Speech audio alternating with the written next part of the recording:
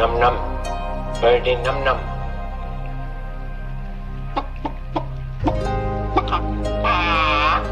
When I have understanding of computers, I shall be the supreme being.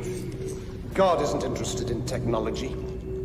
He knows nothing of the potential of the microchip or the silicon revolution. Look how he spends his time. 43 species of parrots. Nipples for men.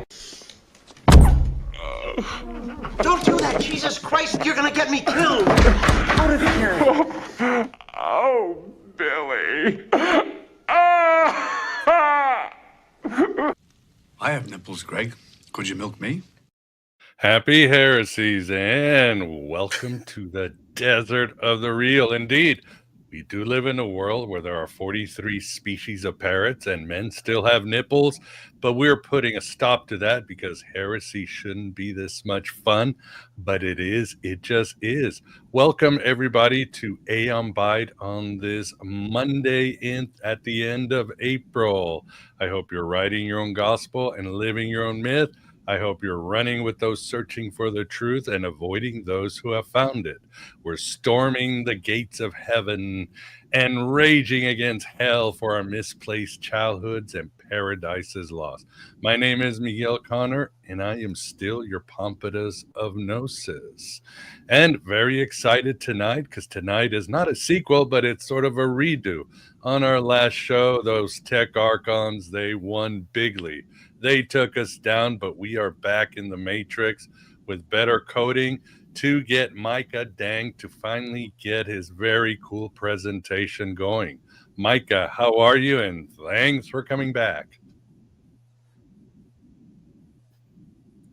Oh, absolutely. There, Micah? Thank you. Hello? Your intro is the best. Stop just it. Stuff I throw up there. Just stuff I throw up there. Who knows? Who knows?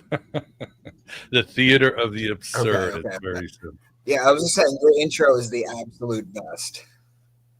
Oh, well, thank you. Thank you very much, sir. I love it. And with us, too, we've got the Moondog Vance. Vance, how are you doing? Oh, great. Thank you, Micah. That was me on vocals, by the way, during the issue. Only kidding. Well, good. Looking forward to your presentation. Yes, indeed. I think we'll do it fine. It looks like the internet's going well. The weather is pretty placid across the country. So, as Julian of Norwich said, yes, and I've been corrected. It's not Norwich, it's Norwich. I love the English language. Makes no sense at all. All shall be well, and all shall be well, and all manner of things shall be well. And yes, not much housekeeping. We will jump on it. We got some cool shows the rest of the month, and in May, well, actually, this is the last show of April, but in May, at the end of this week, we've got David Block. We'll be talking about Kubrick and AI, so you know it will be good. I'll have a Gen X Wasteland this Thursday where Maja Daou will talk about being a grunge witch in the yuppie world. And then other great shows coming up, including Lon Milo Duquette on his new tarot book, episodes on Jesus, Native American shamanism, Japanese shamanism, and all other sort of great content. So please support AM Biden any way you can. Join the Patreon. You can join as low as $3 a month, set limits, or share, like, and subscribe. You guys know the drill. And yes, keep supporting your alternative podcasters as the end of the world comes, or at least the end of human consciousness comes, and we reach a new era, and I don't know where we're going. So I think that's it for the housekeeping. I wanted to share real quick a little story.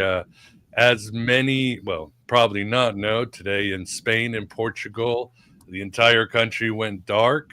And my cousins have a WhatsApp, and they started messaging and sharing about how, like, the Minister of Defense in Spain was talking about, no, this was not hacking. This was UAPs. These were aerial objects in the sky that flew over, and suddenly all the electricity went out in Spain and Portugal. And it's right there. They're showing me the newspaper and all that. We probably won't hear it here in the media. So very interesting. So, of course, my cousins in Portugal start saying, is Elvis coming back? Is that Elvis? And I'm like, no, I don't think.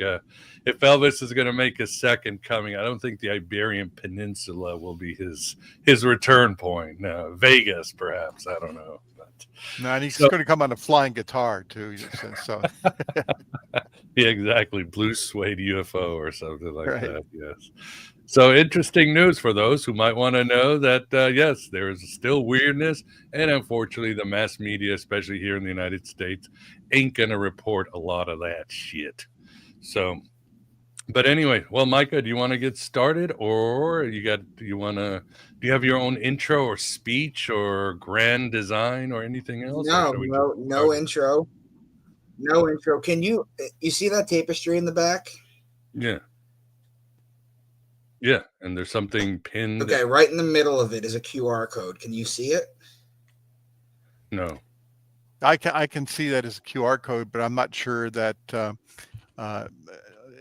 definitely not scannable at this size. We'd have to put you on as a single shot in order for anybody to get it. True. Pretty tiny. Okay. So maybe we'll do that later. Let me just get started because this is going to take me about 90 minutes with conversation, 80 minutes without. So Let me just start right here. So 1 second. I got to go to insert. No, draw. Here it is. Yeah, draw. The Bible is made up of holy sciences. The scriptures are metaphysical, astrological. That's what I'm going to be talking about. Anatomical, alchemical, spiritual, esoteric, and mythology.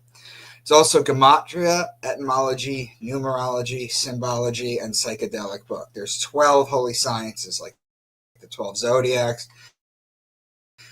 the 12 tribes of Israel, the 12 disciples, the 12 months of the year. It's all the same. So the Bible is not literal, historical, reality, or original.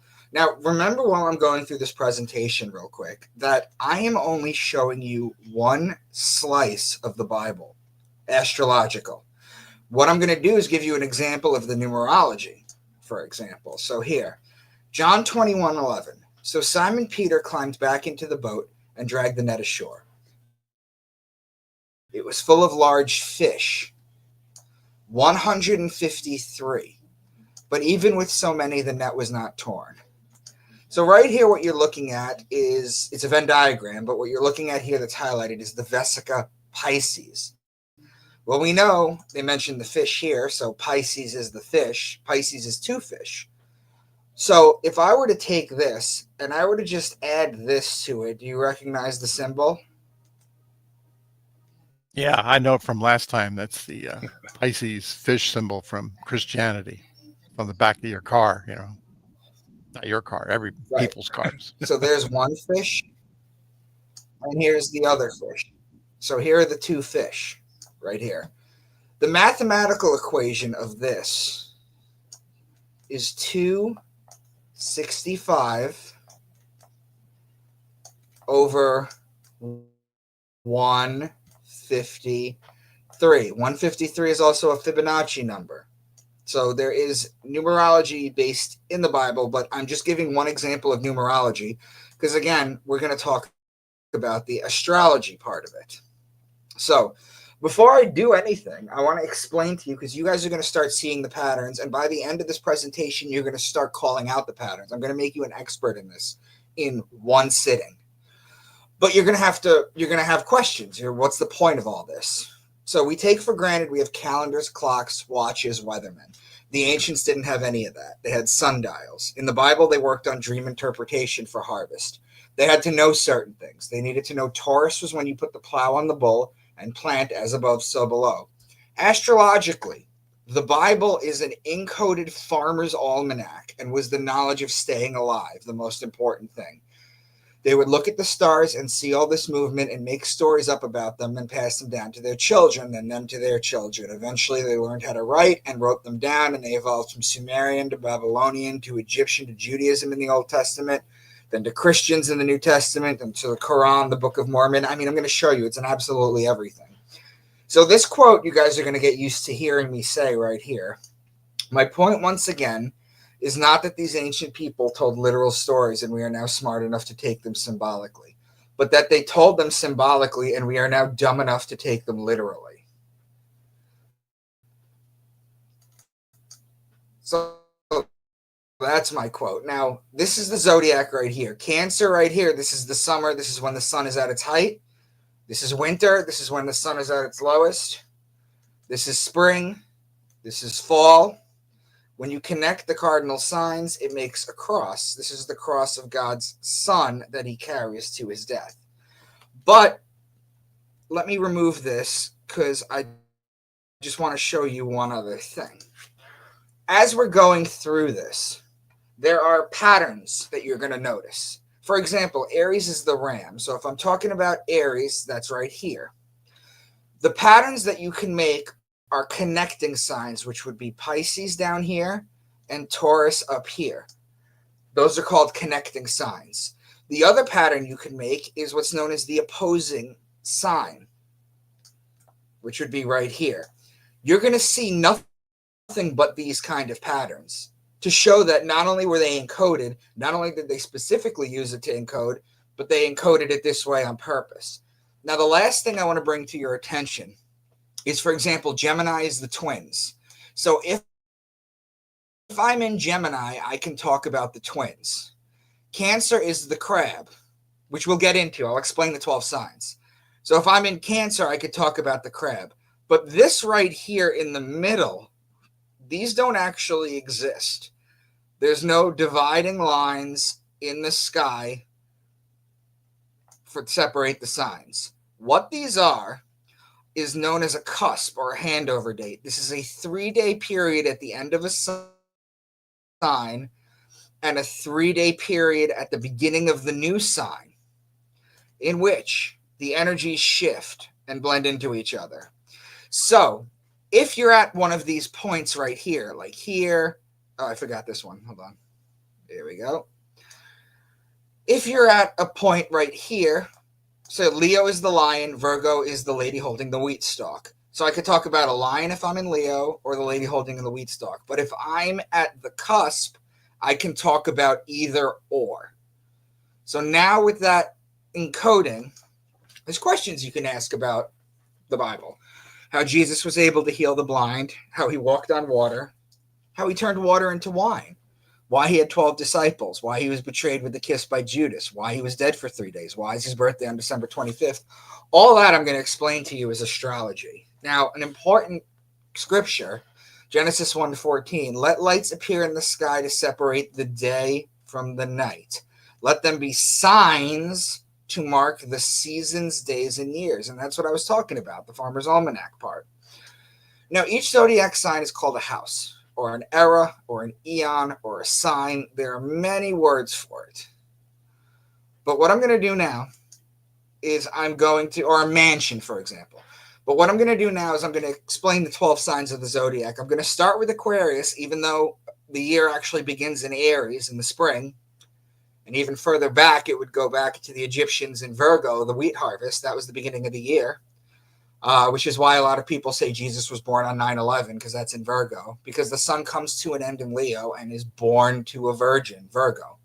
But this is all going to start to make sense. So Aquarius is the first sign I talk about, which is represented by the man. Technically, Aries begins the year, but we're going to start with Aquarius because after I go through Pisces, you're going to see why. The story of Aquarius goes back to the story, or one of the early iterations of the story of Aquarius goes back to the story of Zeus and the young boy. So long story short, Zeus saw a young boy on Earth that he wanted on Mount Olympus with him. And the boy's father wouldn't let him go. Incidentally, Mount Olympus, guys, is a real place on Earth. And none of the Greeks, go figure, decided to go up there to see if the gods were actually up there. I still don't get that. But no, it's true. Yeah, it is true. It's true. It is true. None of them went up there. They were just like, they're there, and that's it. No investigation whatsoever. Anyway, so Zeus ends up bargaining with the boy's father, gives him land, money, animals, and things of that nature. The boy goes up into Mount Olympus, or heaven. While he's up there, just like in this picture, he's feeding everybody something called ambrosia, which was the god's nectar. That's what they drank. And he does this day in and day out. And eventually he gets so fed up with doing this that what happens is he one day goes to the side, goes to the edge, and pours it out like in this picture right here, which causes a flood on Earth. That's where the Greeks get their flood story from. And Zeus, who's usually a maniacal, sexually deviant, angry, difficult god, was going to punish him. But in a rare moment of self-reflection, which was unlike Zeus, he was like, I probably shouldn't have brought him up. It might have been a dumb thing. He was young. He had friends. He had all this stuff. So instead of punishing him, he just immortalizes him as the constellation Aquarius. So the key words for Aquarius would be man, because the sign of the man is Aquarius right here, whereas Virgo is the sign of the woman. Baptism, because this is how you baptize someone. All you have to do is put a child or a confused adult under there, and they get baptized. Water pitcher, because this is a water pitcher. Fountain, because the Greek fountains and statues were built to resemble this, if you look at it. Stream, river, pond, lake, ocean, sea. Now, because there's liquid in Aquarius, even though Aquarius is an air sign, that's why they embedded the liquids for this, the water bodies, because there's water right here, or there's liquid right here. Whereas Pisces is the sign of the two fish in the water. So all the same water examples go. Stream, river, pond, lake, sea, ocean. It's the same thing. So Pisces and Aquarius, the reason I started with Aquarius is to show that the first two signs that I talk about are talking about water. And which water, or which one can you attribute to which sign for the water depends on the patterns it's going to make in the heavens. Now, Aries is the ram, and in Aries you have March 21st, which is the spring equinox. It's a 12-hour day and a 12-hour night. There's also three types of Passovers that occur in Aries. The first is the astrological Passover. That's when the sun is going to pass over the equator and start to make its way back to its height in the summer solstice. In Judaism, the Passover is changed, and it becomes the angel of death passes over all the houses, and anyone that doesn't have the lamb or the ram, Aries is the ram, the baby lamb is a ram in training, smeared blood on their doorposts because they're identifying themselves as the people of Aries, the ram. That's why the Jews blow the ram's horn during the holidays still. It's Aries worship. Anyone that doesn't have the lamb or the ram's blood smeared on their doorposts, their firstborn sons get killed. Now, in Christianity, the passing over is changed, and it's called the resurrection of God's Son. We just had Easter. Well, Easter is astrology, too, because if you wanted to know when Easter is, well, first you have to have the spring equinox, and then you have to have a full moon. And then after the full moon, you have the first Sunday after the full moon, after the spring equinox, and that's Easter every single year. That's how it's delineated. So Taurus is the bull. And when you look at the sky and you see Taurus during the season where it's supposed to be, you know that you need to put the plow on the bull so that you can plant the seeds so you can harvest in Virgo and Libra. So whenever you hear bull, ox, calf, or cow being the female bull, that's Taurus. Gemini is the twins. It's the story of Castor and Pollux Troy. Remember those names, Castor and Pollux Troy. We're going to revisit them later. Whose sister was Helen of Troy? It's the story of Achilles, another Greek story. So whenever you hear twins or brothers, that's Gemini. Cancer is the crab, and the crab in the ancient Egyptian times was known as the scarab. You even get the word crab from the letters scarab. So why is Cancer the crab? Well, let me show you this. This is December 25th down here. On December 25th, the sun rises a degree on its axis. On the 26th, an additional. On the 27th, an additional. On the 28th, an additional degree. The days are getting longer. The nights are getting shorter. Forgive me, this is not to scale at all whatsoever, but I'm showing this. Every day the sun's climbing the zodiac until it gets to its height in the summer solstice. That's the first, right here, in the summer solstice. That's the first day of Cancer, just June 21st. Then what's going to happen is for 3 consecutive days, it's not going to rise a degree above or drop a degree below. For 3 consecutive days, it's going to crawl at the same exact height. So technically, it's walking sideways. So why is Cancer the crab? Because the crab is the sideways walking creature. Then every single day, June 26th, June 27th, June 28th, the sun is going to drop a degree on its axis. Now the days are getting shorter and the nights are getting longer. This is the winter solstice. This is December 21st. This is the lowest point. The sun wouldn't crack the horizon. And the ancients would look out and say, okay, so God's son was dead. And then it's going to walk sideways like the crab for 3 days. And then suddenly God's son was dead for 3 days. Where on December 25th, it rises a degree. So it does this pattern every single year. So that's why Cancer is the crab. Now, Leo is the king. He's the lion. He's the king of the jungle. The ruling planet of Leo is actually the sun. So whenever you're talking about lion, lioness, or cub, you're talking about Leo. Virgo is the woman holding the wheat stalk. Remember before when we said that you plant in Taurus? Well, the virgins would cultivate the wheat in Virgo in order to make the bread for the year. So whenever you're talking about virgin or woman, because Virgo is the sign of the woman, wheat, because here's the wheat stalk right here that I'm highlighting, grain, seed, barley, corn, these are all grainy things that thousands of years ago in the Northern Hemisphere, when these holy texts were written, they used to cultivate during that time period of Virgo. It was the Egyptian New Year, the wheat harvest. Libra is the justice. It's the scales, it's the balance, it's the just one. The reason it's the justice is because it's going to judge God's sun as it passes over, or technically passes under, the fall equinox and begins its descent into winter, into cold, into death. The Jews always celebrate the new year around the fall equinox. So, for example, 2023, the Jewish New Year was September 15th. That was Rosh Hashanah. Well, 8 days after the Jewish New Year, which was in Virgo, by the way, 8 days after the Jewish New Year, you have a holiday called Yom Kippur, which is the Day of Atonement or the Day of Judgment. It's when the Jews starve themselves all day and fast and go into temple and pray and pray and pray. Why? Because they want God to write them in the book of life for another year. That's the purpose of it. So, 8 days after September 15th is September 23rd, which is the first day of Libra. Well, of course, the Day of Judgment or the Day of Atonement has to happen in Libra. Everything follows suit like that. Spring equinox, March 21st. Summer solstice, June 21st. Fall equinox, September 23rd. Winter solstice, December 21st. So, Scorpio is the scorpion, and he is the betrayer. When a scorpion attacks you, it leaves an imprint in your skin that looks like a pair of lips. Hold on a sec. There we go. It's why the mafia has the kiss of death, and it's why Jesus was betrayed by Judas with a kiss. So the sun is judged in Libra, and it's betrayed in Scorpio. Finally, in Sagittarius, this is where the bow and the arrow shoot the sun and inflict further punishment on the sun. And I went through Sagittarius already. The last day of Sagittarius is the day of death, December 21st. That's the astrological day of death.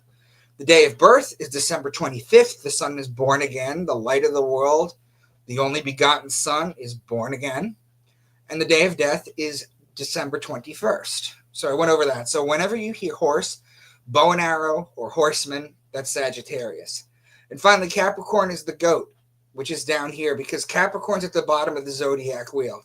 Now, if a degree a day the sun is climbing, it climbs up what is known as the Great Mountain, which is what the zodiac is called, to reach its height in Cancer. It starts the climb, and because the goat or the mountain goat is the best climber of the mountain that there is. The goat climbs anything on an inch ledge. It's unbelievable. So, based on those 12 signs, guys, do you have any questions or should I keep going? Pretty clear to me. What about you, Vince? Yeah, I'm fine. Mm-hmm. No, it's very cool. Very cool. Oh, there was one question. The Libra, was the scales also because after the harvest they have to weigh the crops or whatever, when for sale or trade? No, the scale, it represents.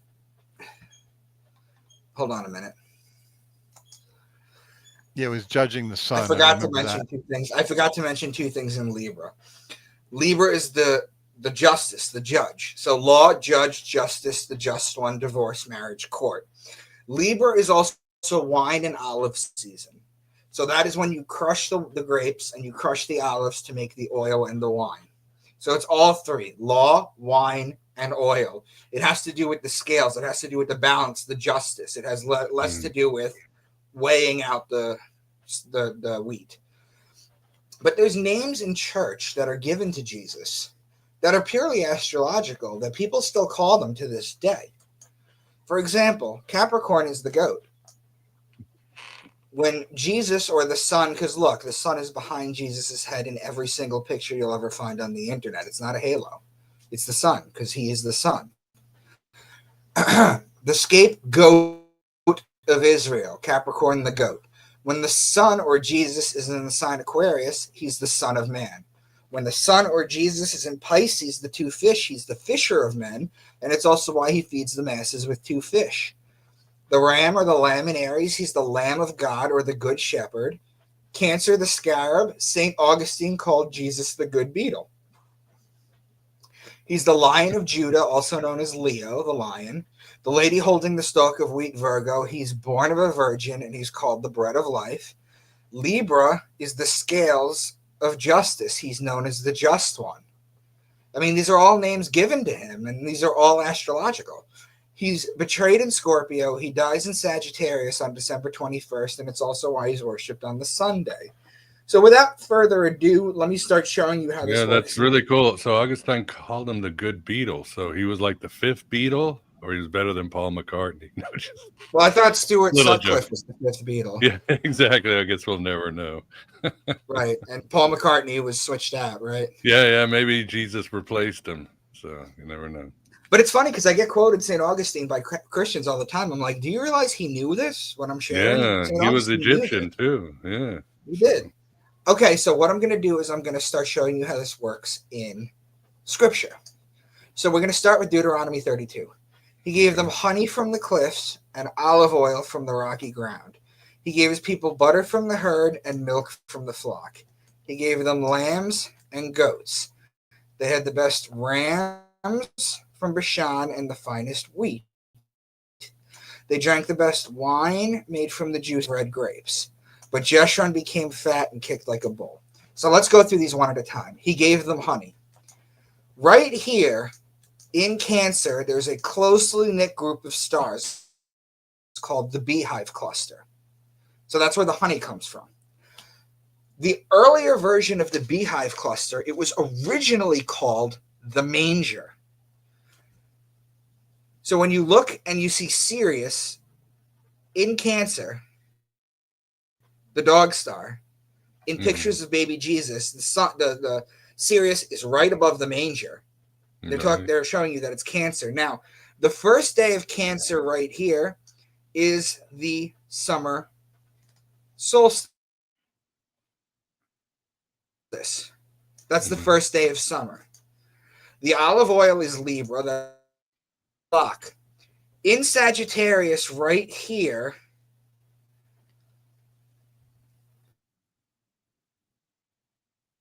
this is the last day of Sagittarius.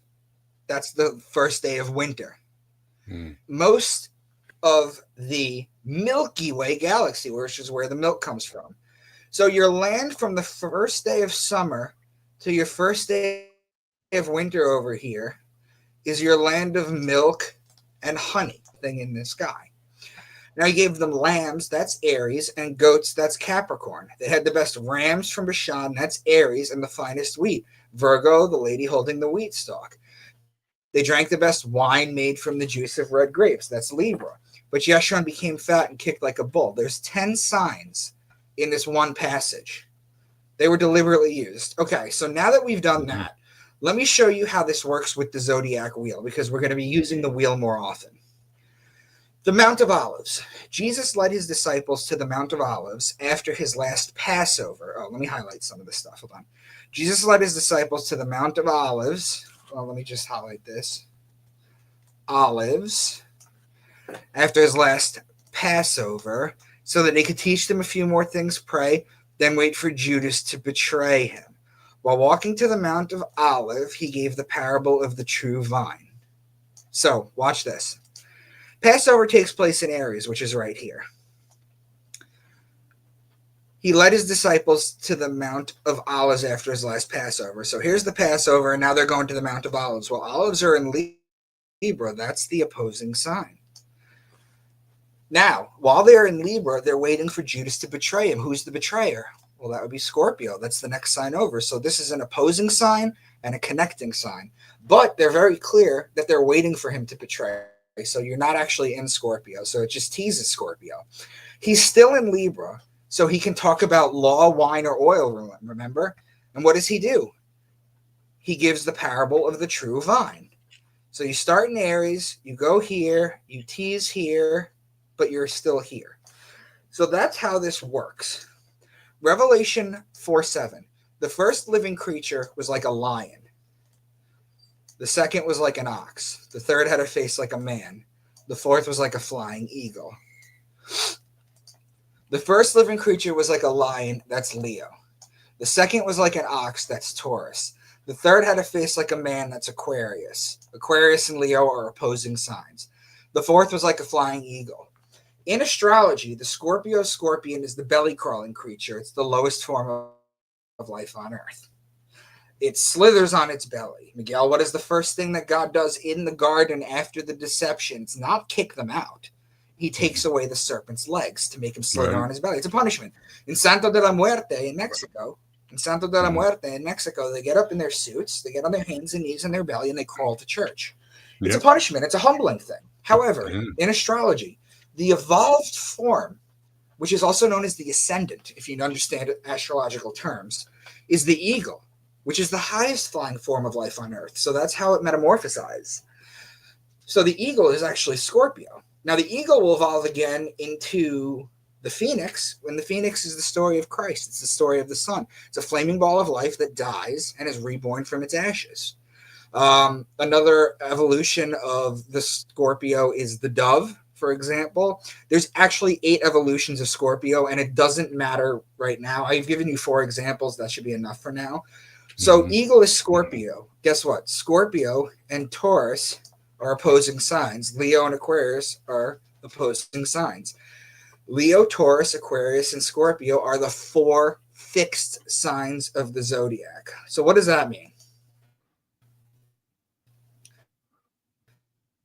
Here's the zodiac right here. There's 12 zodiac signs.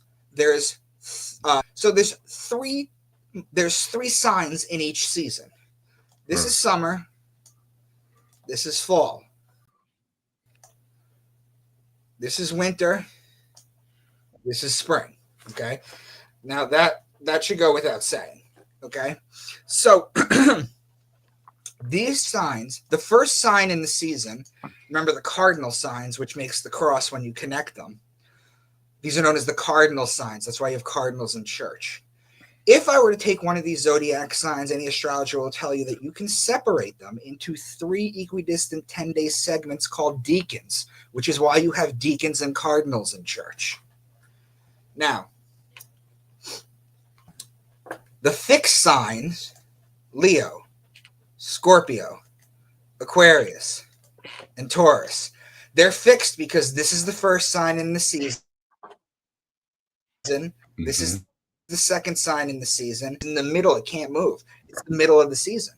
Leo is the beginning. Leo is the middle of summer. Scorpio, fall. Aquarius, winter. And Taurus, spring. It also makes this lovely little X when you connect the signs, as I have shown right here. So is it more realistic that the first living creature was like a lion, the second was like an ox, the third had a face like a man, the fourth was like a flying eagle? Is there really going to be the tetramorph, as it's called, in the heavens, or is it just making this sign? So if you look at Ezekiel 10:14, each of the cherubim had 4 faces. One face was that of a cherub, the second the face of a human being, the third the face of a lion, and the fourth the face of an eagle. It's the 4-headed animal. Now, Revelation 12, a great sign appeared in heaven, a woman clothed with the sun, with the moon under her feet, and a crown of 12 stars on her head. She was pregnant and cried out in pain as she was about to give birth. Then another sign appeared in heaven, an enormous red dragon with 7 heads and 10 horns and 7 crowns on its head. Its tail swept a third of the stars out of the sky and flung them to earth. So a woman clothed with the sun is the sun clothed in Virgo. It's just a metaphor for the sun being in the woman sign. If the sun's in Virgo, the moon will be at her feet. So this is also a calendar. I mean, a clock, guys. There's 12 signs, and there's 24 hours a day in a day. So the zodiac, the signs, the sun spends 2 hours a day in each sign. So this is midnight to 2. This is 2 to 4. This is 4 to 6, 6 to 8, 8 to 10, 10 to 12, 12 to 2, 2 to 4, and then Virgo, 4 to 6, right? If it's between 4 and 6 p.m., the sun is still up. So if the sun is up, the moon is metaphorically, of course, at her feet. Whereas when the moon is up, the sun is at her feet. Mm-hmm. Now, another sign appeared in heaven, an enormous dragon. Its tail swept a third of the stars out of the sky and flung them to earth. So I'm just highlighting the tail right now. The constellation Draco is the dragon. Its tail goes from Aries to Sagittarius, which is 4/12 of the signs, or 1/3 of the stars out of the sky. So now, Matthew 10:16. Behold, I send you forth as sheep, that's Aries, in the midst of wolves. The constellation Lupus is in Libra. So those are opposing signs. So be as wise as serpents. Well, serpents are right here. This is Ophiuchus.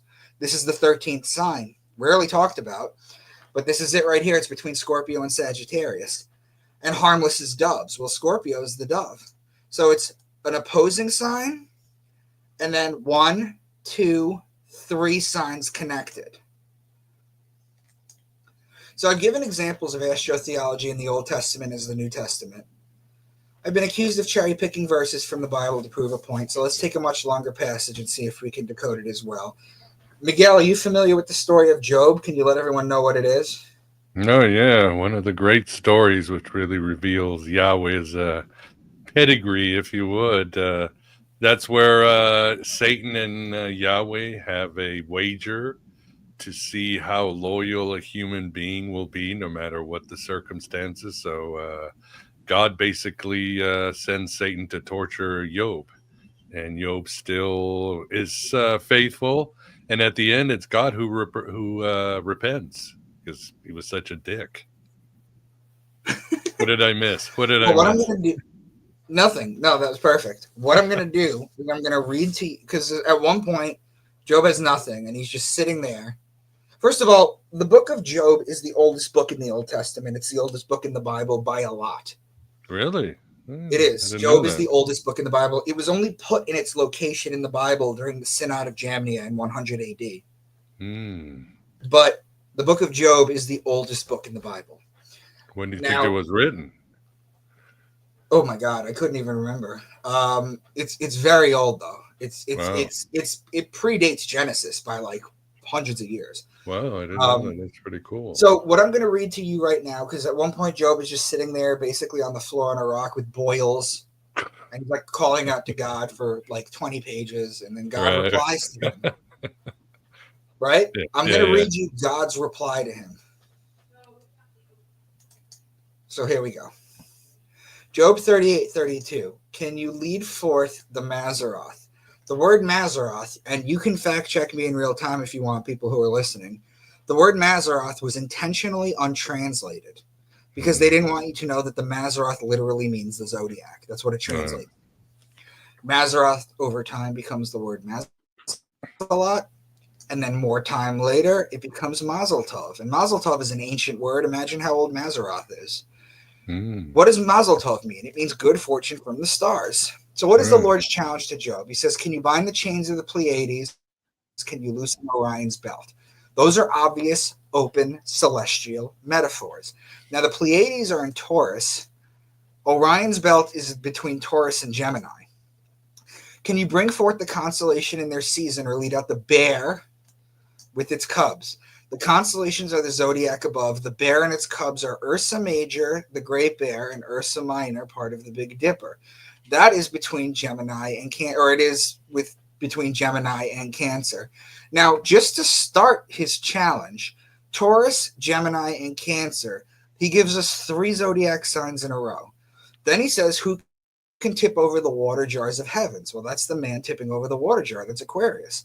Do you hunt the prey for the lioness and satisfy the hunger for the lions? That's Leo. Now that's 4 signs in a row. So far, we have Aquarius down here, and we have this lovely little pattern of 4 signs in a row.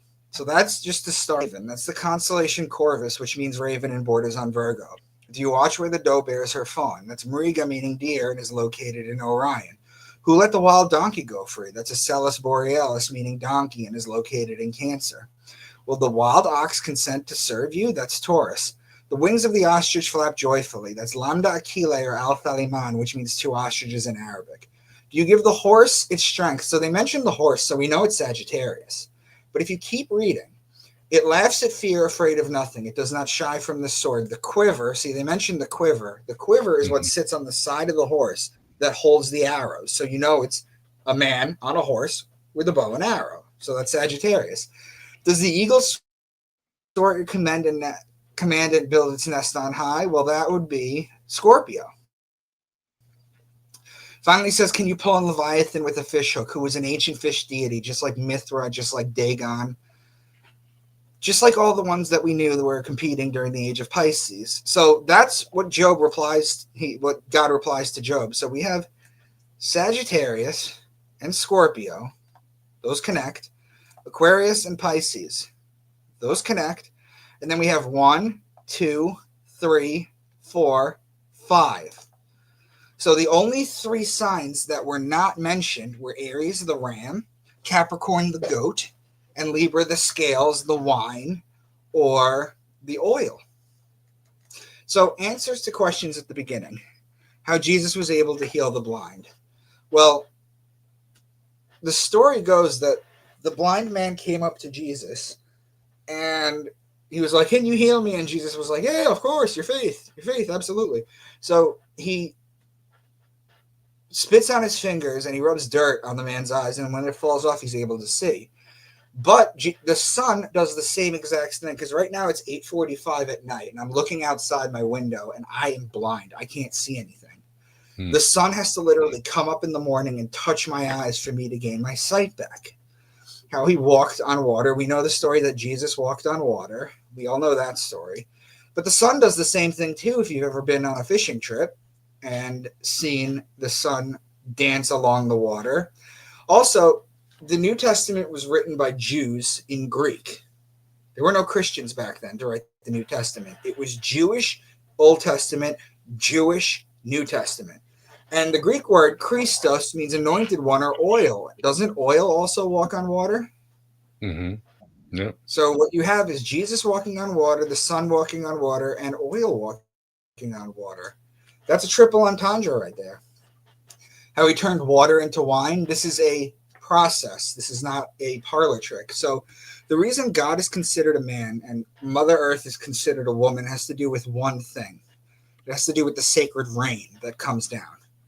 The Hebrew word is shemen. We get the word semen from it. You have to think about it like this, is that God's sacred fluid ejaculates onto earth, and then from her belly, food, trees, vegetation, plants, all sorts of life grow, flowers.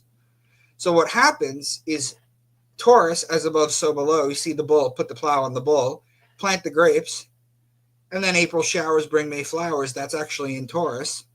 And then it rains and it rains and it rains. And then in Libra, you pick the grapes and you turn them into wine. That's how God's water becomes wine. Why he had 12 disciples? We didn't go over that yet, but let me go over this right now with it. So Aquarius right here would be, now he's not actually a disciple, but if you add Ophiuchus right here, John the Baptist, be Aquarius, baptizing everybody. Pisces right here, the 2 fish. You have Simon Peter, right? And Jonathan becomes John, Thomas becomes Tom, Anthony becomes Tony. These names make sense. But how you get from Simon to Peter doesn't make sense unless you understand astrology. Now, Simon's job was a fisherman. So that's Pisces, the two fish. But how do we know that? How do we know that he's Pisces? Because the ruling planet, or Jew, Peter. They're just plays on words. So you have Aquarius, John the Baptist, Pisces, Simon Peter. Gemini right here would be Thomas Didymus, because Ta'om, or Ta'om in Hebrew means twin. Right. Didymus in Greek means twin. So twin. That's Gemini, the twins. Libra would be James, the just one, as they call him. Scorpio right here would be Judas, the betrayer, the Scorpio. So that's just 5 examples. I'm not going to go through all of them right now, but that's just 5 examples. Why was he betrayed with a kiss by Judas? We just went over that. Why was he dead for 3 days? We went over that. Why is his birthday on December 25th? We went over that. Now, this science only works for people in the northern hemisphere, and there is a reason for that. The Egyptians, Jews, Christians, and Muslims are all based out of the northern hemisphere. For example, June 21st, the summer solstice, is actually the winter solstice in Australia and New Zealand, much of South Africa and South America. So just to wave off a question if it's coming, Taurus is when you plant. So everything is reversed in the southern hemisphere. So the best way to understand this is as you're understanding the zodiac wheel as a farmer's almanac. For the southern hemisphere, you just go across the wheel. So Taurus' opposing sign is Scorpio. So in Scorpio, that is when they plant in the southern hemisphere. Just random passages in the Bible that could be decoded this way. We're going to go through the entire book of Revelation to show how deep this runs. So this is Revelation 4:7. This is the 4 living creatures, which we already did, so I'm going to skip it, okay? All right. Revelation 5:5. Then one of the elders said to me, "Do not weep. See, the Lion of the tribe of Judah," or Leo, the root of David, has triumphed. He is able to open the scroll and its 7 seals. Revelation 6:1. I watched as the Lamb opened the first of the 7 seals. The Lamb opened the first seal. Then I heard one of the 4 living creatures, which are the fixed signs, say in a voice like thunder, "Come." So the Lamb has to open the first seal because that's the beginning of the year, is Aries, the Lamb, the Paschal Lamb. Then the 4 living creatures are the 4 fixed signs. Now, they say in a voice like thunder. It's interesting that he says a voice like thunder because in Hebrew, the Jewish word for thunder actually translates to voices. So when they used to hear thunder, they said that it was God speaking. Revelation 6:2. I looked, and there before me was a white horse. Its rider held a bow. Who's the bow and arrow? The rider. That's Sagittarius. It's just open like that. Then I heard what sounded like a voice among the 4 living creatures again, the fixed signs, saying, 2 pounds of wheat for a day's wages, and 6 pounds of barley for a day's wages. So the wheat and the barley is both Virgo. That's when you harvest them.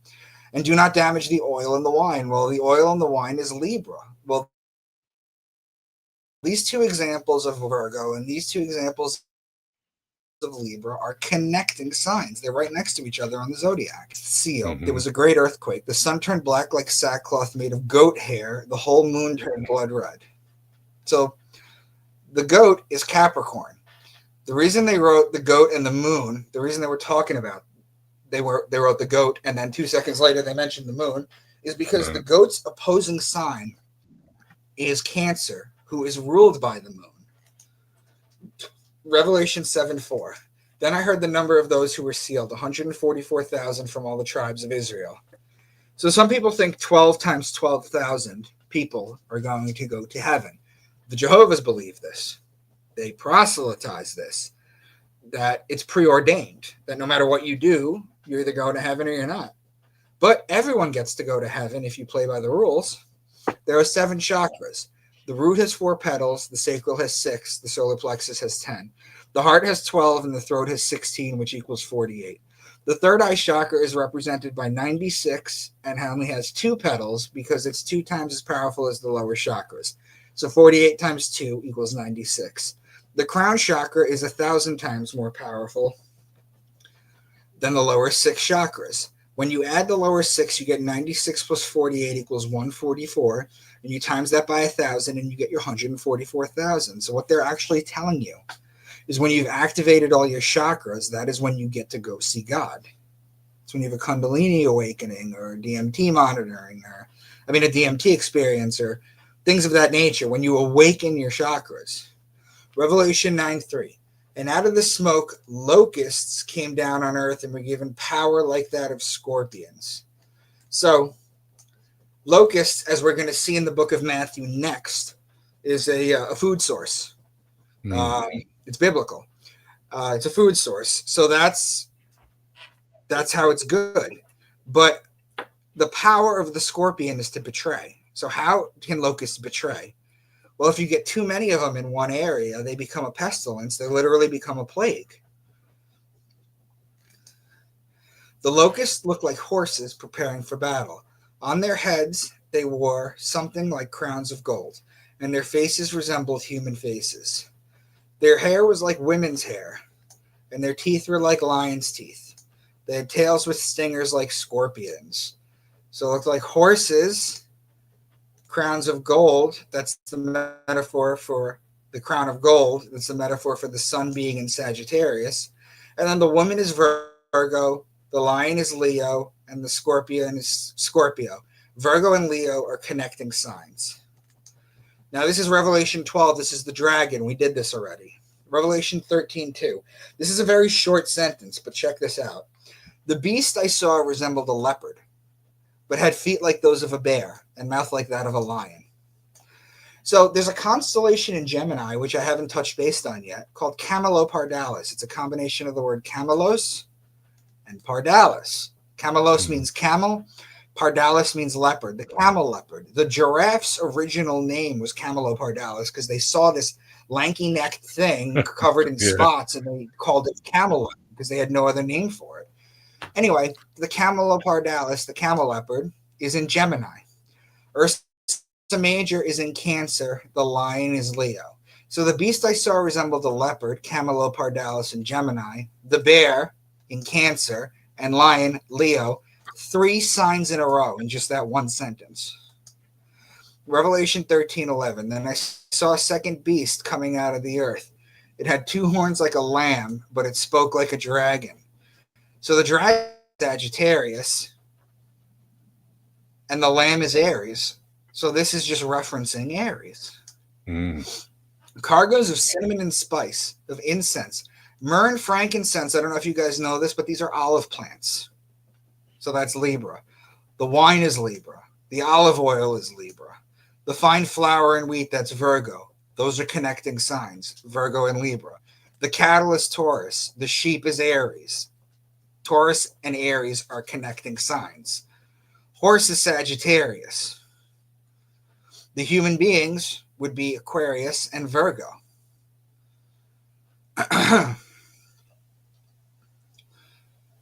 So, my point, once again, is not that those ancient people told literal stories, and we are now smart enough to take them symbolically, but that they told them symbolically, and we are now dumb enough to take them literally.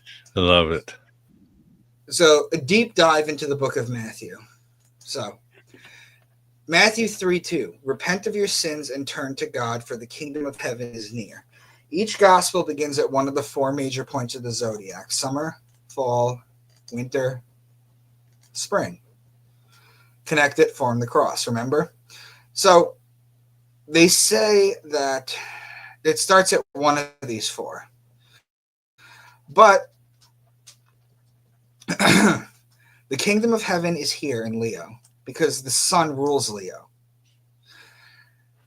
This is the only sign that the sun rules over. So the closest of these 4 points would be June 21st right here. So that's where the gospel starts. Mm-hmm. This is the cusp. Remember the cusp, the handover dates? You could talk about either side. Matthew 3:4. John's clothes were woven from coarse camel hair, and he wore a leather belt around his waist. For food, he ate locusts and wild honey. If we take the most famous drawing of a man, Leonardo da Vinci's Vitruvian Man, and superimpose it onto the Zodiac, we can make sense of that. For the record, I could have used a stick figure. It doesn't matter. I just happen to like the way the Vitruvian Man looks on this. So check this out. Cancer being the head is why he eats the wild honey, because the beehive cluster's up here. Mouth is here, so he's eating the honey. Leviticus 11, what's clean and unclean to eat? All flying insects that walk on all fours are to be regarded as unclean by you. There are, however, some flying insects that walk on all fours that you may eat. Those that have jointed legs for hopping on the ground. Of these you may eat any kind of locust. There it is. Katydid, cricket, or grasshopper. So when the elites are trying to tell you a pound of grasshoppers is 3 times as nutrition as a pound of beef, you know that it's biblical. They're trying to get you to eat bugs. Now, Klaus Schwab. we were in Leo, and we were in Cancer for the honey. Yep. Now we're in Gemini. So the head was in Cancer, but Gemini is a little lower on the body. So it would be like the upper body right here. So he wears clothes made out of camel hair, or camelopardalis, which is in Gemini. Now you're in Taurus. So you get 1, 2, 3, 4 signs in a row. Taurus is a little bit lower, so it's going to the midsection right here, which is where you would wear a belt. Taurus represents the bull, and the female is the cow, which is where you would get the leather. Regarding the belt, Orion's belt sits right here between Taurus and Gemini. Next would be the baptism. Now, how are we going to go from the beginning of Leo, right here, to a water sign to signify the baptism? Well, you just have to go across the zodiac so that you're touching Aquarius so that you can get on with your baptism. Here we see how it makes a leap from one cusp to the other. The man with the water pitcher in Aquarius is personified as John the Baptist with the water. It's important to know, too, that John the Baptist and Jesus are always exactly 6 months apart. When you think about the fact that Jesus is born on December 25th, and John the Baptist is born on June 24th, you see that Jesus will have to rise a degree a day,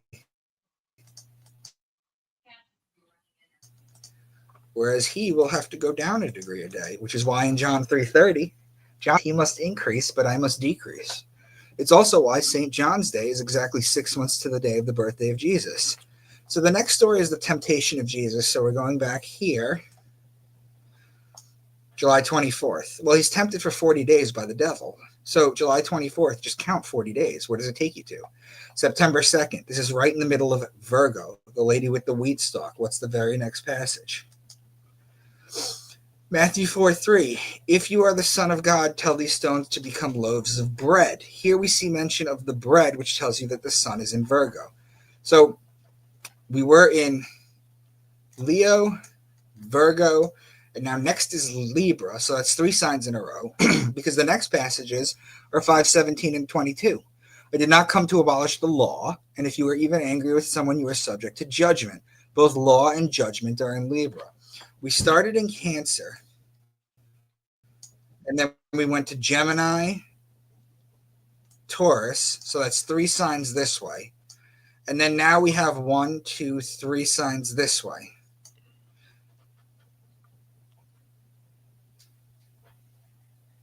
Just to show you that this begins with 7 signs in a row. Matthew 7:15 and 16. Beware of false prophets who come disguised as harmless sheep. Well, that's Aries right here. And can you pick the grapes from the thorn bushes? Well, the grapes are in Libra, which is right here. Once again, these are opposing signs.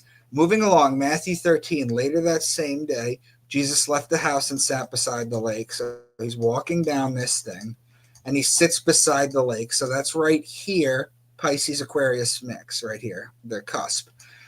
Because he's sitting beside the lake. If he was in the lake, he'd be in Pisces or he'd be in Aquarius. But because they use the word beside, they're talking about this right here.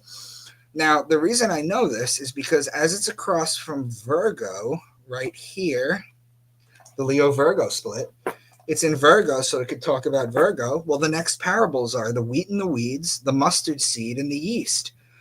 So now that we're here, we can go back down here to touch Pisces and get the fishing net parable. This is just a keyword cipher.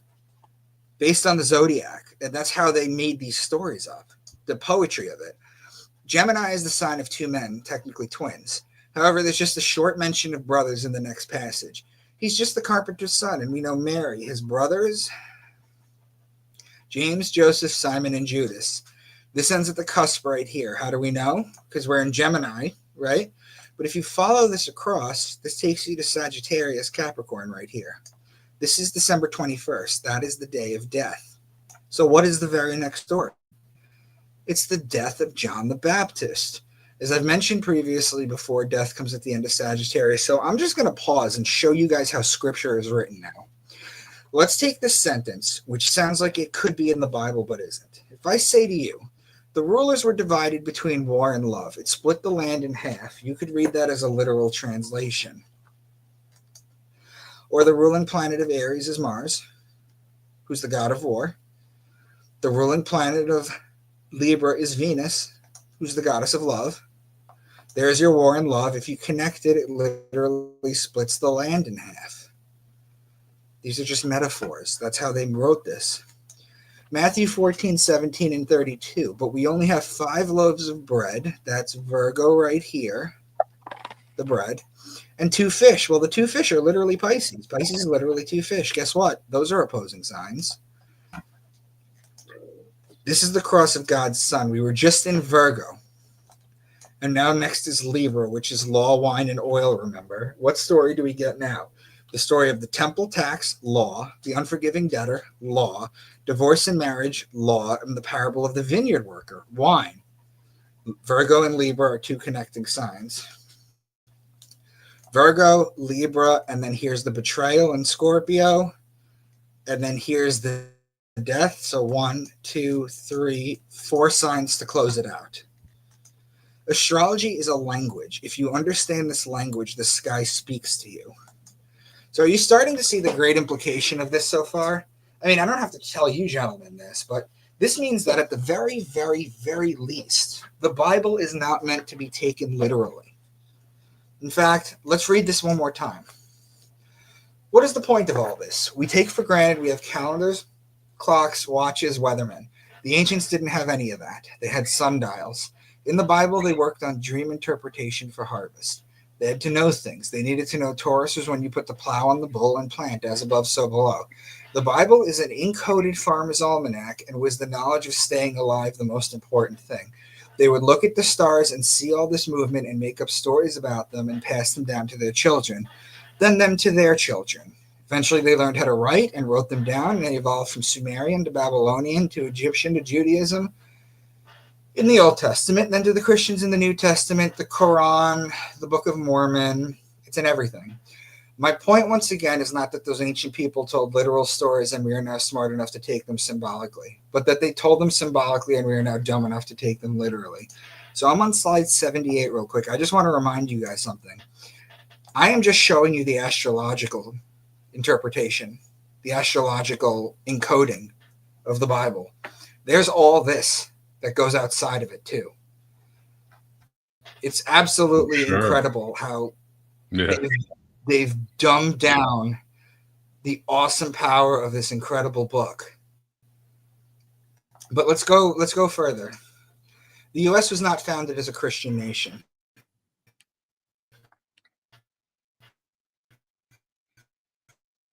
What you talking about, Will? Christianity is the most perverted dogma, unintelligible. That's Benjamin. Best of all possible worlds if there were no religion in it. John Adams. The Constitution is the guide which I will never abandon. George Washington. And it keeps going. And the day will come when the mystical generation of Jesus, by the Supreme Being as his father in the womb of a virgin, will be classed with the fable of the generation of Minerva in the brain of Jupiter. Thomas Jefferson in a letter to John Adams. What influence, in fact, have Christian ecclesiastical establishments had on civil society? In many instances, they have been upholding the thrones of political tyranny. In no instance have they been sent as the guardians of the liberties of the people. That's James Madison. The purpose of separation of church and state is to keep forever from these shores the ceaseless strife that has soaked the soil of Europe in blood for centuries. That's James Madison. And this is my favorite. This is from Thomas Paine, good old Thomas Paine, 250 years ago, right? Yeah. The Christian religion is a parody on the worship of the sun. in which they put a man called Christ in the place of the sun and pay him the adoration originally paid to the sun. That's Thomas Paine. That's 250 years ago. They knew about this stuff. Mm-hmm. Now, why do they always crash the stock market in Libra? The Panic of 1907, October 1907, Teddy Roosevelt, Republican. Wall Street crash of 1929, October 24th, 1929. That's the handover date to Scorpio from Libra. Herbert Hoover, Republican. Black Monday, October 19th, 1987, Ronald Reagan, Republican. Friday the 14th mini crash, October 13th, 1989, George H.W. Bush, Republican. Stock market downturn of 2002, October 9th, 2002, George W. Bush, Republican. 10% in most of the world's indices dropped. October 24th, 2008 crash. That's another handover date to Scorpio. George W. Bush, Republican. You seeing a pattern? Yeah. So when's the next one? Are we in the next one? I believe that it will be this Libra. You got a Republican in office. The first time they used the jab, this time they might just crash it, because you know that. Excuse me. BlackRock's AI, Aladdin. I don't know if you're familiar with them or familiar with it, but it is so powerful that it actually sets market trends. It doesn't just follow them. Wow. It actually sets them. It's that powerful. It would be nothing to flip a switch. But check this out. This is why I can't have conversations with Christians or Catholics about this. It's because the Roman Catholic Catechism 2116. All forms of divination are to be rejected. Recourse to Satan or demons, conjuring up the dead, or other practices falsely supposed to unveil the future. Consulting horoscopes, astrology, palm reading, interpretations of omens and lots, the phenomena of clairvoyance, and recourse to mediums all conceal a desire for power over time, history, and in the last analysis, other human beings, as well as a wish to conciliate hidden powers. They contradict the honor, respect, and loving fear that we owed God alone. So they're openly telling you that astrology is evil and it's bad, but it's in everything. Remember this book, this movie, Face Off? Hell yeah. Oh yeah. You guys remember this? Oh yeah, of course. Okay. Classic. Nicolas Cage. What was his and his brother's name? Don't remember. Yeah. Castor and Pollux Troy. Remember I told you we'd come back to them? Mm-hmm. Yeah. That's Gemini. What about Travolta? Well, he's Sean Archer. Well, who's the Archer? That's the guy with the bow and the arrow. Those are opposing signs, aren't they? Yeah, fascinating. Right? I heard about There are a ton of characters in Harry Potter there are a ton of characters in Harry Potter that are named after stars or constellations. You have Draco Malfoy, Pollux Black, Sirius Black, Andromeda Black, Regulus Black, Arcturus Black, Cassiopeia Black, Orion Black, and Cygnus Black. What about this? Algol is the demon star. It's fixed in Taurus, by the way. It has a lot of evil connotations to it, which is why in Batman Begins, the evil dude is Ra's al Ghul, or Al Ghul. Mm-hmm. That's right. where he gets his. Remember this video, the zombie video? Oh yeah, of course. The Cranberries, great song. Yes, 1990s song video for the Cranberry Zombie. Here's Dolores O'Riordan is painted gold like the sun, and her headdressing right here, these represent the rays of the sun. But is it that? Well, the next scene after she's singing like this is the golden sun on the cross, and here's the Sagittarius getting ready to shoot her. So they understand this ancient science. This is astrotheology. This is the original science. They understand this in music. They understand this in movies, in books, and they throw it in your face. But it's not just the Bible. If you don't know by now the Bible is not original, you still might have doubts. Here is 6,000 years of ancient holy text, going from 5 Sumerian tablets, and I only used 5 because I figured that was enough. The Babylonian Enuma Elish, the Code of Hammurabi, which is where the Jews get their punishment and code of ethics from, Right. to the Egyptian Book of the Dead, to the Gnostic text. We'll have fun with that, Miguel. all of them, to the Quran, to the Book of Mormon. I'm still working on the Apocrypha, the Ethiopian Bible, and the Kolbrin Bible, but they're all the same.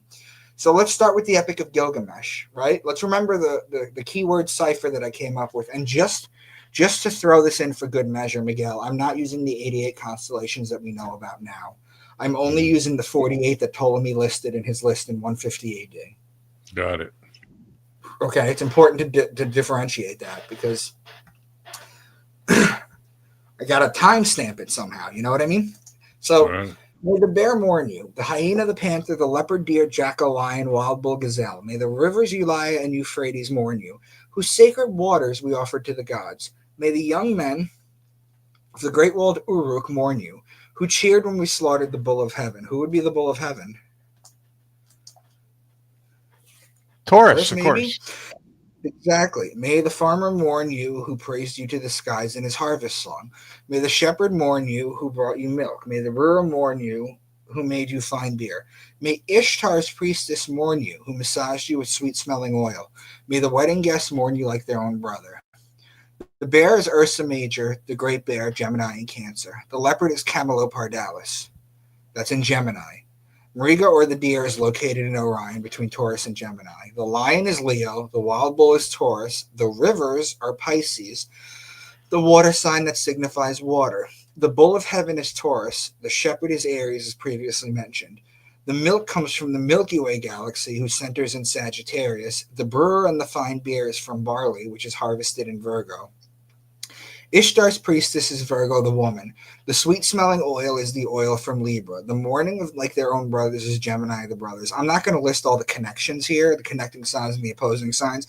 I'm just going to tell you that 10 of the 12 signs are here. It's literally just missing Scorpio, so scorpion or eagle or dove or phoenix has not been mentioned, and the goat has not been mentioned. But in the Epic of Gilgamesh, in this one passage, you have 10 of the 12 signs. Astrotheology and Enki in the world order.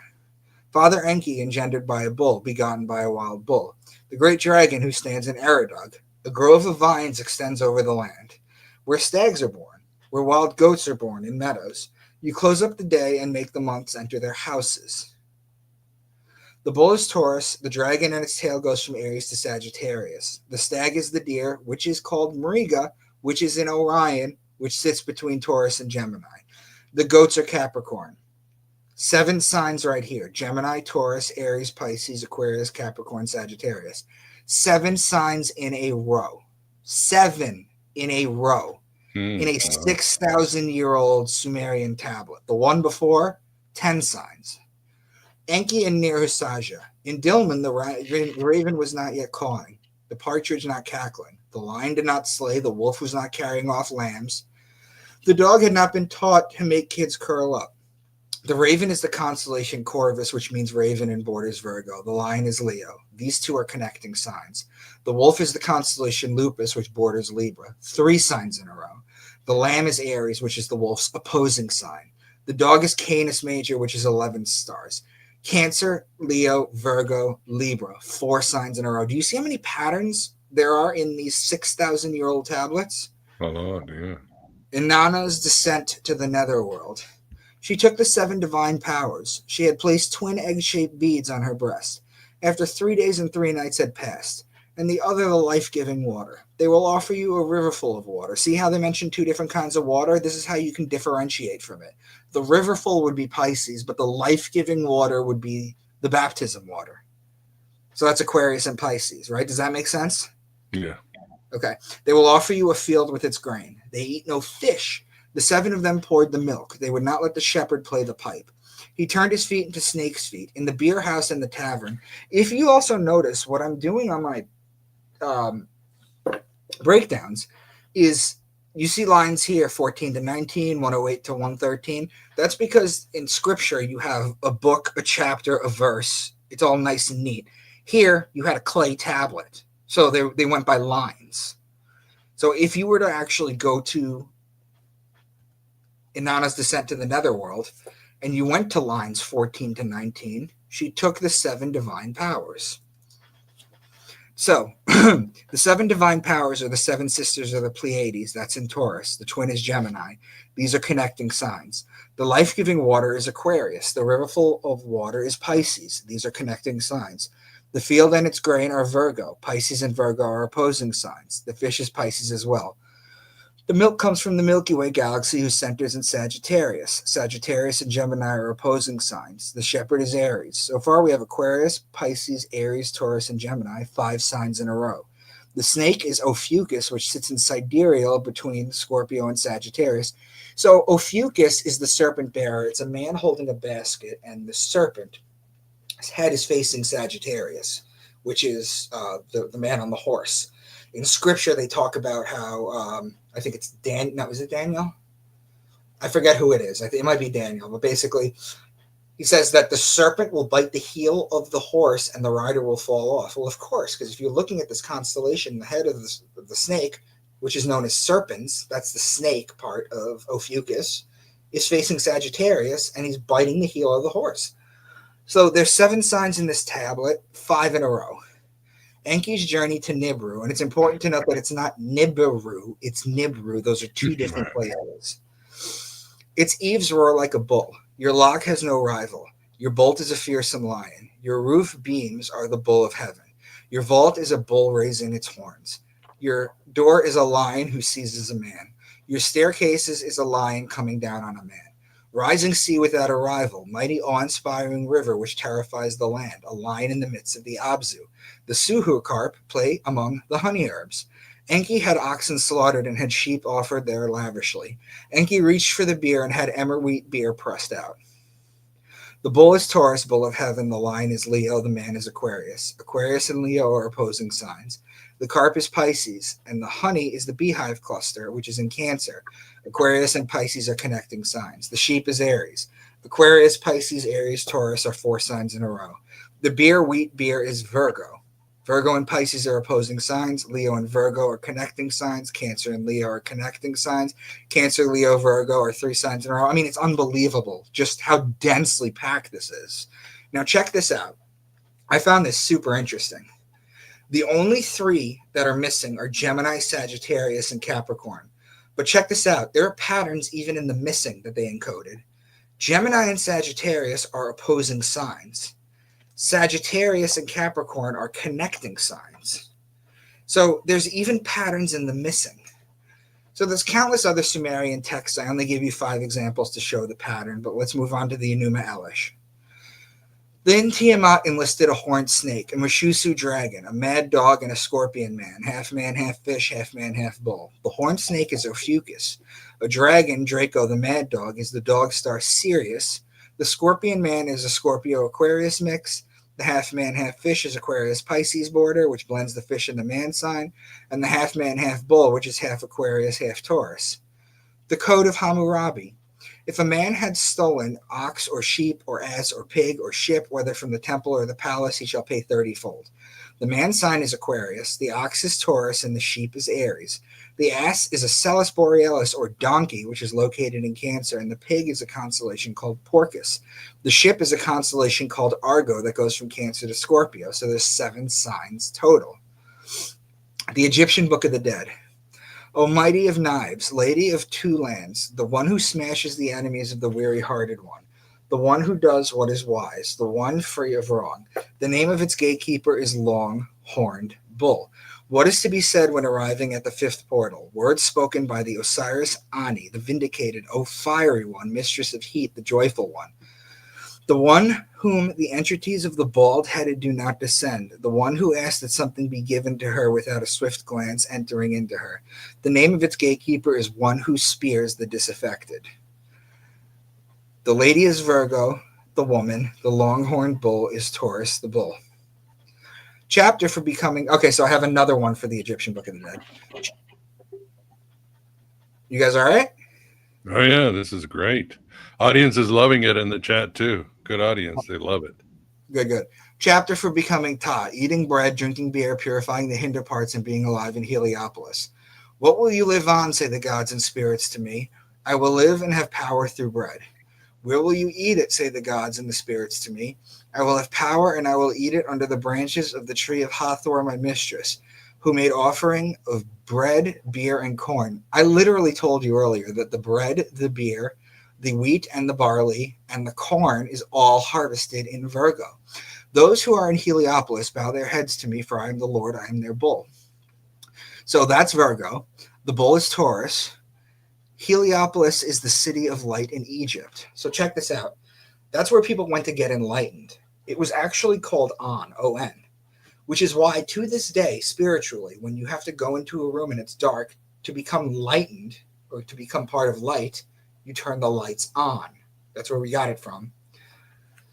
The Book of Enoch. So now we start getting into Miguel's realm. Simjaza taught enchantments. Armoros, the resolving of enchantments. Barakijal taught astrology. Kokobel, the constellations. Ezekiel, the knowledge of the clouds. Sariel, the course of the moon. And in those days shall the mountains leap like rams, Aries, and the hills shall also skip like lambs, Aries, satisfied with milk, the Milky Way galaxy whose centers in Sagittarius. The Gospel of Q. Give us our daily bread today. Which of you would you give your child a stone if they ask for bread? Or would you give them a snake if they ask for fish? The bread is Virgo, the snake is Ophiuchus, and the fish is Pisces. Pisces and Virgo are opposing signs. Everyone who divorces his wife and remarries is unfaithful to her, and whoever marries someone who's divorced is unfaithful too. Which of you, if you had 100 sheep and lost one of them, wouldn't leave the 99 in the hills and go after the one that got lost? So divorce, marriage, court, law, that's all Libra. The sheep is Aries. Those are opposing signs. The secret gospel of John. Sophia saw what her desire produced. It changed into the form of a dragon with a lion's head.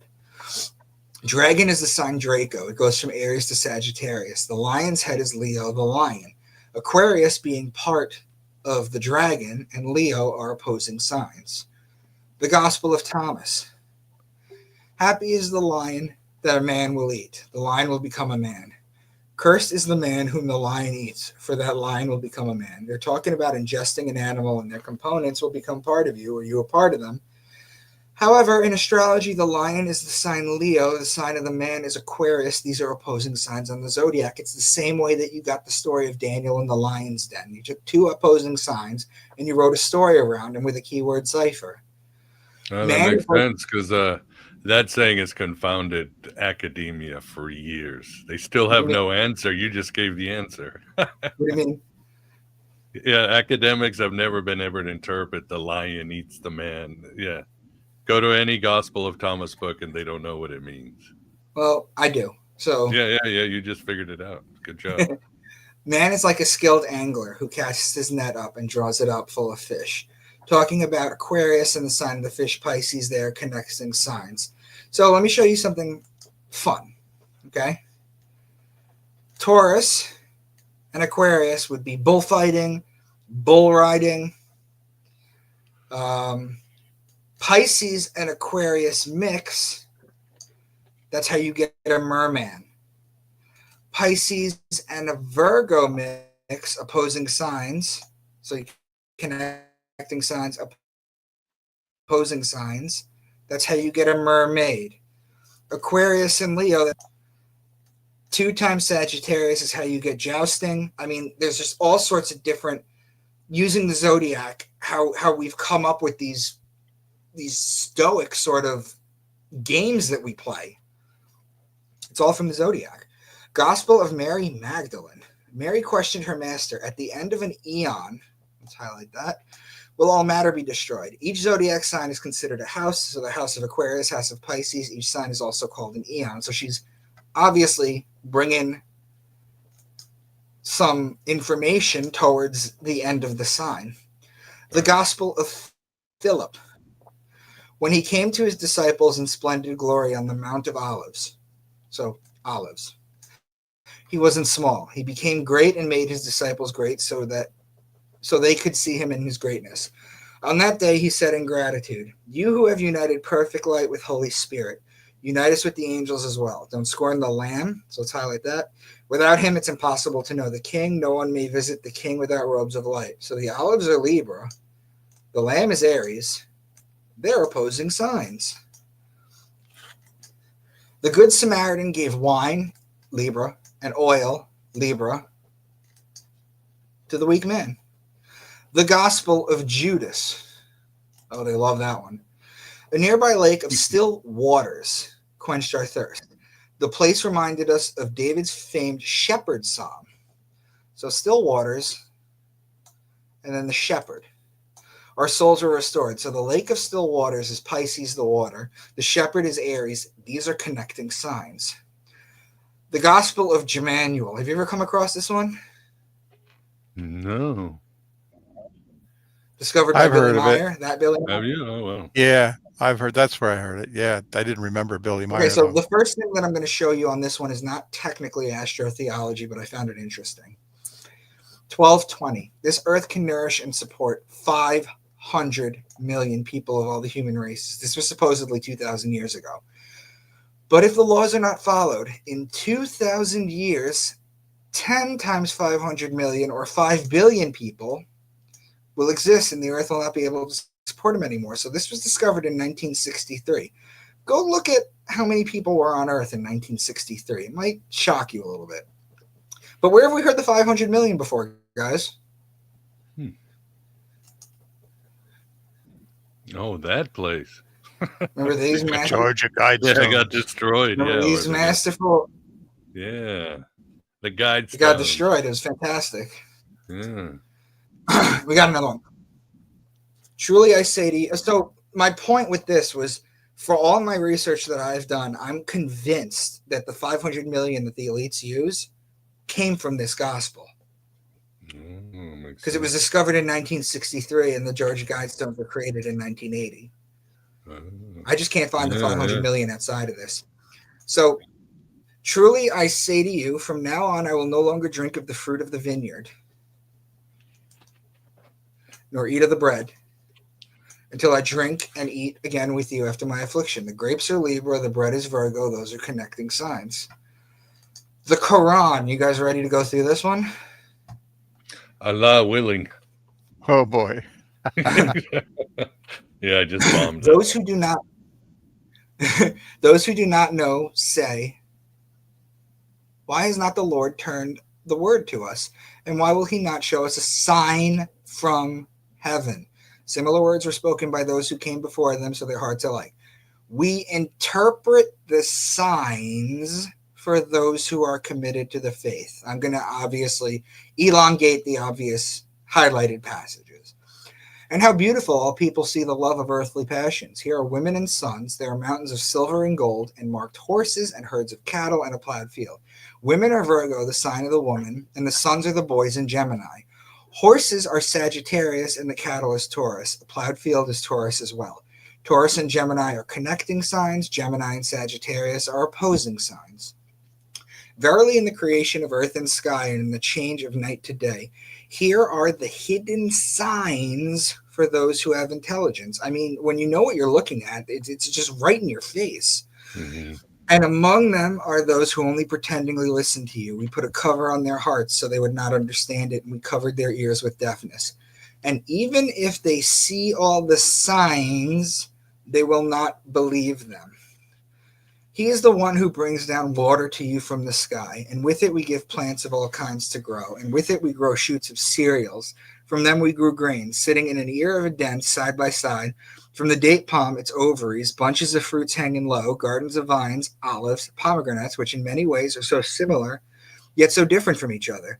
When fruits appear on them, rejoice in how they are poured and ripen. Truly, in this are hidden signs for those who believe in God. So what are the signs in this passage? Well, the grains are planted in Taurus. Then April showers bring May flowers, water from the sky. The grains grow. Reap in Virgo. Gardens of vines and olives. Grapes and olives are pressed in Libra. Virgo and Libra are connecting signs. These are the hidden signs you need to know. And whoever wants to own a beautiful garden of date palms and vines, which is washed by abundant streams, where for his own pleasure all kinds of fruit, while old age befalls him and the children are weak, so that a fiery whirlwind on the garden and swallows it to ashes. So the Lord explains his signs to you so that you can understand. Well, the vines are vineyards in Libra, and the streams are the streams and the water signs of Pisces and Aquarius. So that's the Quran, guys. That's what people are killing each other over. That's the Quran. Now, they talk about 72 virgins a lot, right? Mm-hmm. I'm going to show you what the 72 virgins are. This is a screenshot. It's not very clear, but this is a screenshot of a star called 70 Virginis, which borders Virgo. So there's 70 Virginis, that's 70. Then Virgo is 1, plus the virgin you marry on Earth is 72. Those are the 72 virgins. It's all astrology. And they're killing each other over this. The thing is, I'm going to get some Muslims who are going to tell me that you're allowed to have multiple wives. And it's true. You're allowed to have up to 4 wives. However, the caveat to that, which many Muslim men cannot do, is that you have to be able to provide for all of them. And many of them can't do. So let's check out the Book of Mormon real quick. Nevertheless, I went forth, and as I came near unto the house of Laban, I beheld a man, and he had fallen to the earth before me, for he was drunken with wine. So let's highlight the wine. Yeah, and I also thought they could not keep the commandments of the Lord according to the law of Moses, save they should have the law. Well, wine and law all take place in Libra. It's wild that they would put that together. And after the house of Israel should be scattered, they should be gathered together again, or in fine, after the Gentiles had branches of the olive tree, so olive, or the remnants of the house of Israel should be grafted in or come to the knowledge of the true Messiah, their Lord and their Redeemer. Therefore remember, O man, for all thy doings thou shalt be brought into judgment. Olives take place in Libra, judgment takes place in Libra. And my father should baptize in Bethabara beyond Jordan. And he said that I should also baptize with water, even that he should baptize the Messiah with water. And after he had baptized the Messiah with water, he should behold and bear record that he had baptized the Lamb of God, who should take away the sins of the world. Well, baptism is literally Aquarius, and the Lamb of God is Aries. And I looked and beheld the Lamb of God, that he was taken by the people. Yeah, the Son of the everlasting God was judged out of the world, and I saw him bear record. The Lamb of God is Aries. The Son of God or the Son of Man is Aquarius. Judging takes place in Libra. Libra and Aries are opposing signs. My point, once again, is not that those ancient people told literal stories, and we are now smart enough to take them symbolically, but that they told them symbolically, and we are now dumb enough to take them literally. The German philosopher Arthur Schopenhauer once said that all truth passes through 3 stages. First, it is ridiculed. Second, it is violently opposed. Third, it is accepted as self-evident. So do you understand the great implication here? What is more likely? That all the Western ancient holy texts that we take for granted are living, breathing books, that Revelation keeps coming true, or that the ancient elites that have encoded all our texts this way and are tailoring events that people can interpret as coming true? You know, it's Occam's razor, basically. Yep. So I also teach this stuff. I have a book series. The Into the Rabbit Hole series is my book series. You have to read them in order. This is 1, 2, 3, 4, so on and so forth. Which if people reach out to me on social media, let me just show one thing. I don't know why this didn't open. There we go. I have my 8 books. Book 1 talks about MK Ultra. Book 2, The Secrets of the Pyramids. Book 3, The Knights Templar versus the Rosicrucians. Book 4, The Jab, which I wrote in 2017 and predicted what happened. Book 5, where the Library of Alexandria is right now. Book 6 exposes the Bohemian Grove and the Pindar. Book 7, transmuting the stones at the Kaaba into gold and destroying the world's markets. Book 8, Tesla, Earthquake Machine, and Greenland. And the topics that I discuss in the book series are gematria, etymology. This is just some of them. Gematria, etymology, numerology, astronomy, astrology, astrotheology, out-of-body experiences, the Akashic records, symbology, remote viewing, religious secrets, capstones of the pyramids, DNA encoding, mystery school channelers, near-death experiences, DMT monitoring, lucid dreaming, acoustic levitation, physics and quantum physics, psychotherapy, psychology, spiritual guides, Tesla tech, shared dreaming, crystal technology, conspiracies that not many people know about, corruption, and secret societies. And then the last thing I want to show you, I'm going to put my QR code here too, but this is my website, guys. debunkmywork.com. I've been doing this for 5.5 years now. No. I've been doing this for just about 5 years now. And not a single person has challenged me on this. The Christians won't talk to me. The Jews won't talk to me. I can't get a Muslim to talk to me. There's not one video on the internet or one post on a social media saying debunking Micah Dank or any of this kind of stuff. I think I made a pretty compelling case with this, but my Facebook is Micah Dank. My Twitter is @RealMrDank, and Instagram is Micah Dank. And let me close this out by... You guys still there? Yeah, we're here. Oh yeah. Bring thy code. Bring thy code. Hope it's not like one of those mind controlling codes he's going to send out to the world and corrupt every computer on Earth. No, it's got a virus in it. No. Yeah, from Black Mirror. All right, there's a Yeah, QR that'll probably- code. And Move move it it a little to your right. More to your right. No, the Other other way. way. The other right. The other right. Other right. There, a little bit little more. A little more. That's it. Okay, That's everybody see the QR code. This is your chance to use it or do a screenshot. Or This will take you to my website where now, guys, I just went through 6,000 years with you, but I only gave you one example. If you want to see the complete breakdowns, they're all on my website, as is my social media, as is a way at the bottom of the page to contact me. Feel free to reach out to me or let me know what you think of this, or if you have anything that you want to add, or just in general, if you just want to talk about it. Usually get a really positive reaction out of this. So, guys, save this QR code, share it, and that takes you to my website. And I also sell digital and audio sets of my books, which also explain everything. This whole presentation. So what do you guys think? You think we've been controlled for 6,000 years? Oh yeah. Oh yeah.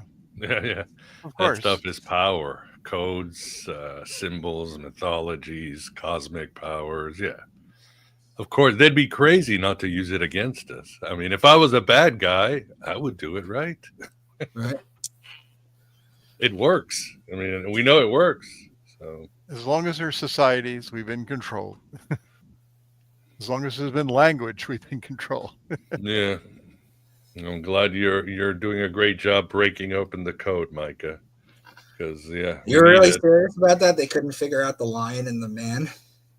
Yeah. I even remember, Vance, I did a Gospel of Thomas presentation, and Yep. I looked at all the scholarly books. They just sort of dismiss it. So I know there's a Gnostic slant that you can take where he's the demiurge, but scholars avoid that one because they do, just like they avoid astrotheology.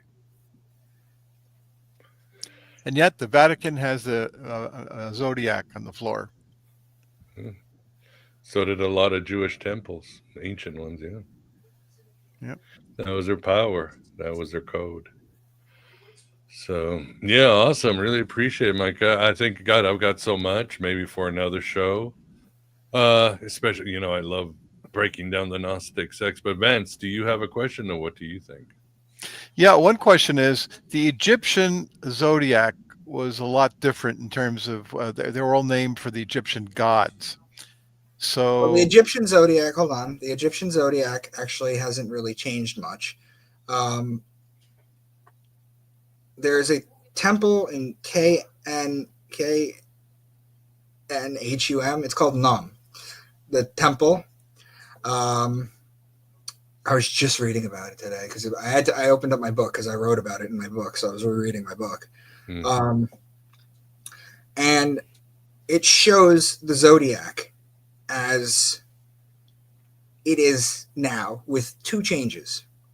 Number one, the Cancer, the crab, is the scarab. So they changed it to the scarab, which I mentioned earlier.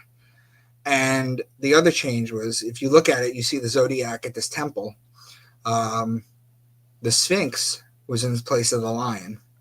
So besides those two changes, the zodiac has pretty much stayed the same. I mean, I just went through 6,000 years. Well, that might be a Ptolemaic zodiac or something, because the really ancient Egyptian zodiac, I think, was different.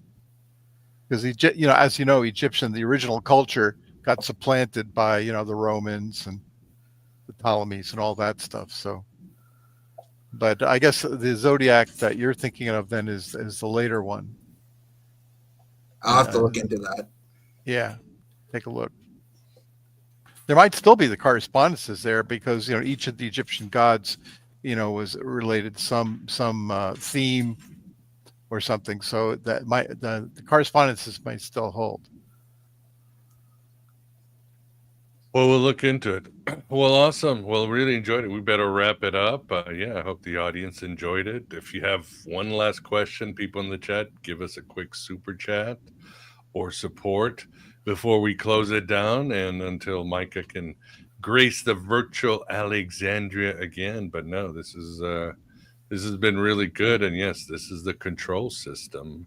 So you would say, what do you advise, Micah? Knowledge is power, simple as that. Yeah, is that how you break it down? You got to just expose it. Mm-hmm. And sometimes you got to hide it, like you do it with your fiction. Right, exactly. Because you've been banned from everything. Freemasonry, YouTube. I think the Vatican will probably ban you. Most synagogues. Just kidding. Mosques. Right. Discos. No, I don't know about that. Discos. So awesome. Well, we better wrap it up. Yeah, thank you, everybody, for your support, for being here.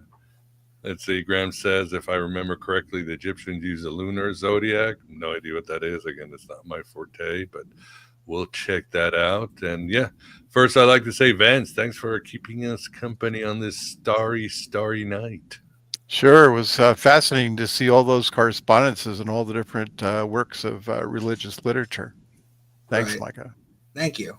I appreciate it. For sure, Micah. Yeah, as always, really appreciate all the work you've done in research and time and coming on and sharing thy gnosis. Thanks a lot for everything. Thank you. I appreciate it. I'll talk to you guys soon. All right. For everybody else, have a good rest of your night, and we will come back soon with David Block on Friday. Take care, everybody.